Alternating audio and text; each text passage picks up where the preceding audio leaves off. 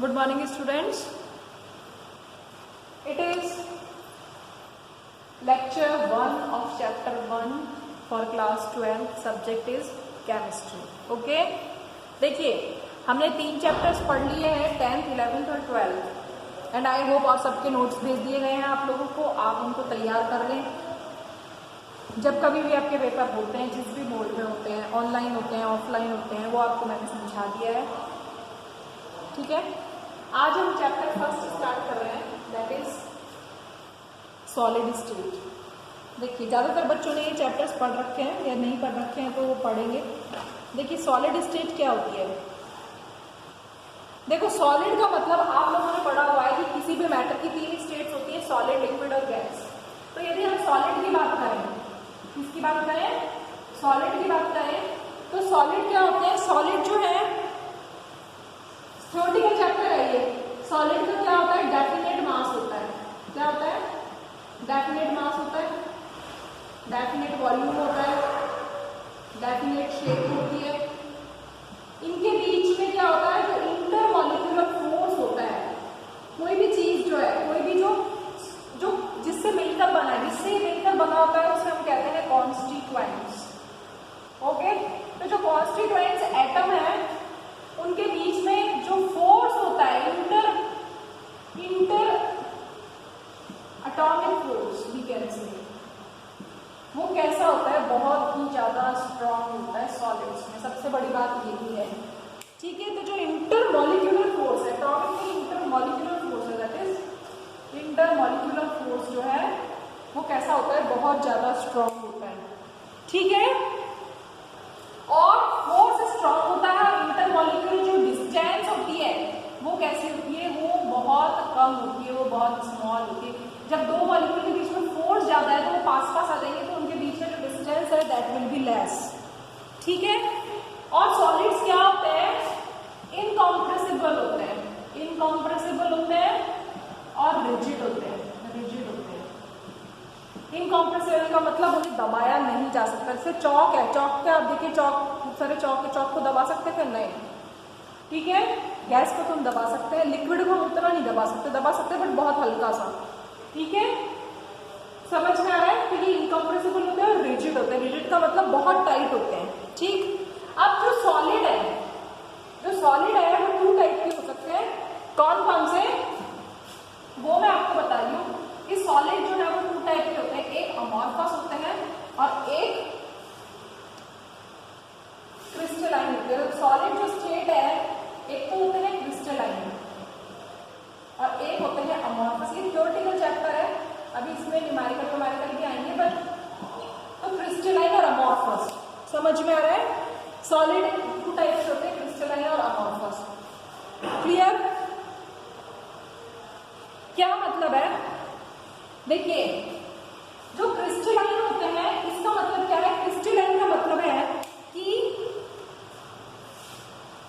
इनकी जो ज्योमेट्री है ना वो कैसी होती है, geometry we can say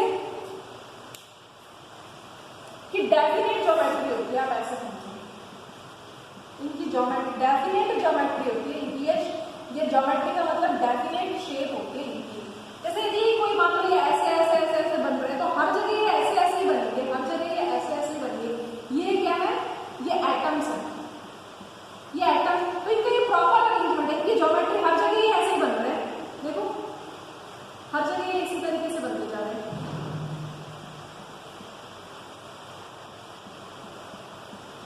clear, तो इनकी ज्योमेट्री और जो शेप है वो डेफिनेट होती है, जबकि इसकी ऐसा नहीं होती, इर्रेगुलर होती है। इनकी डेफिनेट होती है, इनकी इर्रेगुलर होती है। ठीक है, क्लियर। अब क्योंकि इनकी ज्योमेट्री और शेप डेफिनेट है, मतलब ये जो अरेंजमेंट है ये बहुत लॉन्ग, ये क्या है, एक अरेंजमेंट है। किसका अरेंजमेंट है, कॉन्स्टिट्यूएंट पार्टिकल्स का अरेंजमेंट है। तो जो कॉन्स्टिट्यूएंट पार्टिकल्स होते हैं वो बहुत लंबे समय तक ऐसे ही बने रहते हैं।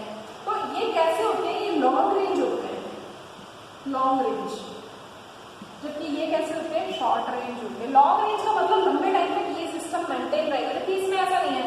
इसमें भी हो सकता है ऐसा हो, लेकिन इसमें ये ऐसा हो गया, फिर ये ऐसा हो गया। तो मतलब इसमें जो अरेंजमेंट है कॉन्स्टिट्यूएंट एटम्स का लंबे टाइम तक नहीं रहता,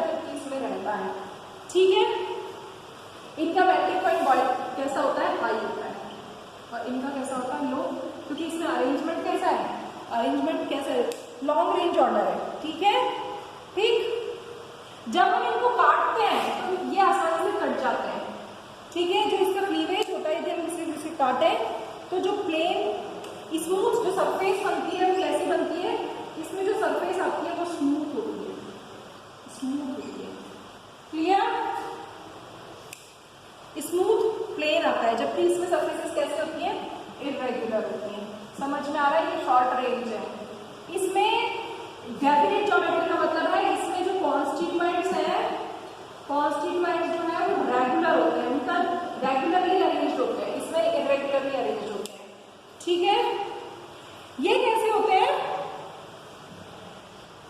इनमें इनकी हीट ऑफ फ्यूजन, इनकी हीट ऑफ फ्यूजन कैसी होती है, डेफिनेट होती है, जबकि इनकी कैसी होती है, इनडेफिनेट होती है, इनडेफिनेट होती है। ये तो याद करते हैं आपको।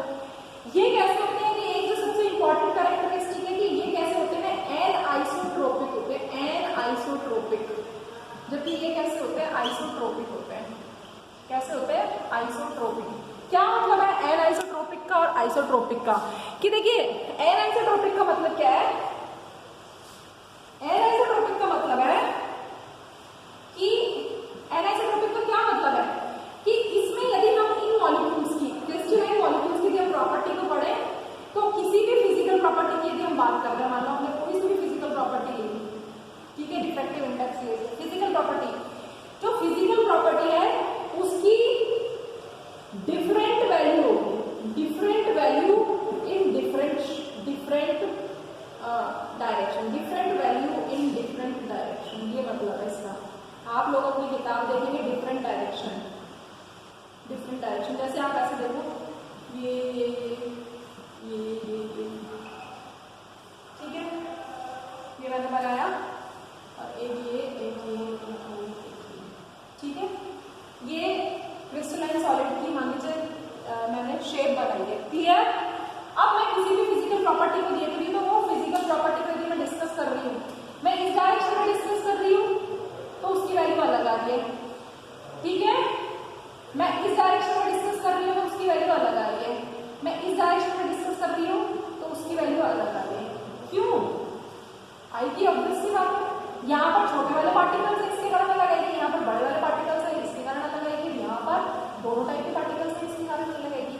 तो एन आइसोट्रोपिक का मतलब डिफरेंट वैल्यू, किसी भी फिजिकल प्रॉपर्टी की जो वैल्यूज है वो डिफरेंट है इन डिफरेंट डायरेक्शन, जबकि यहाँ ऐसा नहीं होता, यहाँ सेम आती है, ठीक है। तो इस चीज को उसने समझाया है कि डिफरेंट ऐसा क्यों हो रहा है, डिफरेंट वैल्यू आ रही है क्योंकि अरेंजमेंट कैसा है, डिफरेंट है, ओके। तो ये हो गया आपका क्लियर। तो ये मैंने आपको बता दी कि जो सॉलिड्स हैं वो टू टाइप के होते हैं, क्रिस्टलाइन और अमॉर्फस। अब जो क्रिस्टलाइन सॉलिड्स हैं इनको अगेन डिवाइड किया गया है, इनको कैसे डिवाइड किया गया है, अगेन डिवाइड किया गया है, कितने पार्ट में, 2 पार्ट्स में, 2 पार्ट्स में नहीं 4 पार्ट्स में। समझ में आ गया यहाँ तक। देखिए थ्योरेटिकल है, देखिए तो इसमें क्या होगा, इसमें आपके पास क्रिस्टलाइन को यदि हम 4 पार्ट्स में बांटते हैं, एक है मॉलिक्यूलर सॉलिड, दूसरे हैं आयनिक सॉलिड, तीसरे हैं कोवलेंट सॉलिड और चौथे हैं कौन से, और चौथे हैं मेटालिक सॉलिड्स, मेटालिक सॉलिड्स। ये सिर्फ मैं आपको आपकी बुक में, आप अपनी बुक्स को खोलकर बैठेंगे, मैं आपकी बुक्स में से ही आपको एक्सप्लेन कर देती हूँ। बुक में देखिए एक टेबल दी हुई है, टेबल 1.2, अपनी बुक्स को आप निकालेंगे, इसमें एक टेबल 1.2 दी हुई है। इस टेबल में देखिए क्या बता रहा है वो आपको। सबसे पहले जो क्रिस्टलाइन सॉलिड है ये 4 टाइप के हो सकते हैं। सबसे पहले हम मेटालिक सॉलिड की बात करेंगे, मेटल्स में पाए जाते हैं जैसे कॉपर, सिल्वर, गोल्ड एक्सेट्रा में। मेटालिक सॉलिड्स में जो कॉन्स्टिट्यूएंट पार्टिकल्स होते हैं वो क्या होते हैं, मेटालिक सॉलिड में पॉजिटिव आयंस होते हैं, positive ions in delocalised electrons, clear. Delocalised electrons में पॉजिटिव आयंस होते हैं, डीलोकलाइज्ड इलेक्ट्रॉन्स, ये कॉन्स्टिट्यूएंट्स होते हैं इसमें, ठीक है, क्लियर। इसमें बॉन्डिंग कौन सी पाई जाती है, मेटालिक मेटालिक बॉन्डिंग पाई जाती है। उस टेबल को आपको लर्न करना है, उस टेबल में से आपके एमसीक्यू के क्वेश्चन बनेंगे। कैसे होते हैं ये हार्ड होते हैं, बट मेटल की कैरेक्टरिस्टिक क्या होती है, मैलिएबल होती है, डक्टाइल होती है। इसको शीट में खींच सकते हैं, लंबे तार के फॉर्म में खींच सकते हैं, ठीक है, हीटा जा सकता है, ठीक है, डक्टिलिटी जो होती है। और ये क्या होते हैं, कंडक्टर्स होते हैं। क्लियर। कोवलेंट क्या होते हैं, कोवलेंट में क्या होता है, नेटवर्क होता है, नेटवर्क, बहुत बड़ा सा नेटवर्क होता है। कॉन्स्टिट्यूएंट पार्टिकल्स तो क्या होते हैं, एटम्स होते हैं। इसमें कॉन्स्टिट्यूएंट पार्टिकल्स क्या होते हैं, एटम्स होते हैं। Clear. Covalent network of solids होता है। इसमें बॉन्डिंग कौन सी होगी, कोवलेंट बॉन्डिंग होगी। जैसे डायमंड, डायमंड हो गया, क्वार्ट्ज हो गया, कार्बोरेंडम हो गया, ये सारे के सारे इसमें पाए जाते हैं, ठीक है। क्लियर। ये कैसे होते हैं, ये भी हार्ड होते हैं। ये दोनों टाइप के होते हैं, कोवलेंट जो होते हैं दोनों टाइप के होते हैं, कुछ हार्ड होते हैं और कुछ सॉफ्ट होते हैं। हार्ड जिसमें बॉन्डिंग स्ट्रांग होती है, सॉफ्ट जिसमें बॉन्डिंग थोड़ी कम टाइप की होती है। हार्ड जो होते हैं वो कौन होते हैं, इंसुलेटर होते हैं। कौन होते हैं, इंसुलेटर। हार्ड जो होते हैं वो इंसुलेटर होते हैं। क्लियर, ठीक। और कोई कोई एक्सेप्शन है जो सॉफ्ट है, जैसे ग्रेफाइट। ग्रेफाइट के बारे में आप बोल सकते हैं कि ग्रेफाइट क्या है, कंडक्टर है, तो ये एक्सेप्शन है, ये आपको याद रखना है, ठीक है। Now come to the ionic, ठीक। आयनिक में क्या है, आयन्स होते हैं, कैटायन हो सकता है, एनायन हो सकता है। आयनिक का एग्जांपल है NaCl, NaCl2 एक्सेट्रा, ठीक। इनके बीच में कैसा फोर्स होता है, इलेक्ट्रोस्टैटिक फोर्स होता है, ठीक है। इनकी खास बात क्या होती है कि ये कैसे होते हैं, ये इंसुलेटर होते हैं। कैसे होते हैं, इंसुलेटर। लेकिन जब हम इसको मोल्ड करें, मेल्ट करेंगे, जब हम इसको गर्म करेंगे तो ये क्या हो जाते हैं, मोल्टन स्टेट में ये क्या हो जाते हैं, कंडक्टर हो जाते हैं। क्यों हो जाते हैं, क्योंकि फ्री इलेक्ट्रॉन अवेलेबल हो जाता है, इसलिए, ठीक है। Now come to the molecular solids. Molecular solid 3 type के हैं आपके पास, ये आपको ध्यान रखना है। कितने टाइप के मॉलिक्यूलर सॉलिड्स का, जैसा कि नाम से पता पड़ रहा है, कॉन्स्टिट्यूएंट पार्टिकल मॉलिक्यूल्स होंगे, ठीक है। अब इनमें फोर्स अलग अलग टाइप के हो सकते हैं। देखो ये कैसे हो सकते हैं, नॉन पोलर हो सकते हैं, पोलर हो सकते हैं, ठीक है। नॉन पोलर, पोलर और हाइड्रोजन बॉन्डेड। हाइड्रोजन बॉन्डेड ये 3 टाइप के होते हैं, ये इसको डिवाइड किया है। हाइड्रोजन बॉन्डेड जो होते हैं उसमें तो हाइड्रोजन बॉन्डिंग होगी। नॉन पोलर में कैसे फोर्सेस होंगे, लंडन फोर्सेस होंगे। इसमें कैसे, नॉन पोलर में कैसे होंगे, लंडन फोर्सेस। लंडन फोर्स को हम क्या कहते हैं, डिस्पर्शन फोर्स। और पोलर मॉलिक्यूल्स में कैसे होंगे, पोलर के अंदर डाइपोल डाइपोल इंटरेक्शन होगा, डाइपोल डाइपोल, ठीक है। तो मैं सबकी एग्जांपल बताती हूँ। नॉन पोलर में जैसे H2, I2, सेम टाइप के जो नॉन पोलर, ठीक है। क्लियर।